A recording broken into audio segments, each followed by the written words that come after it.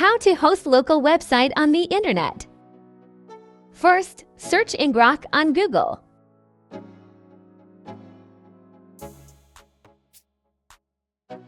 If you are new to this website, click on the Sign Up for Free button.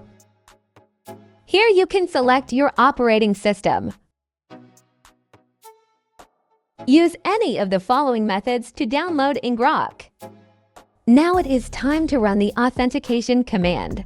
Start your terminal or CMD in the folder located in ngrok. Paste authentication command and hit enter. This error shows because ngrok is not set in the system environment variables. Don't worry, we can try another method. Double-click and open ngrok.exe application. Again, paste authentication command. Now add .exe at the end of the ngrok. Authentication saved successfully. We need to start our local web server before running the next command. I started my Apache web server, and it's running port 80.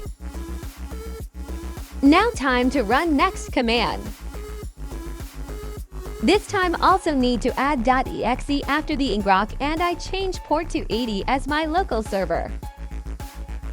Now it shows that the session is online and shows a URL. Now we can access our local website web server using this link. Click on Visit Site button.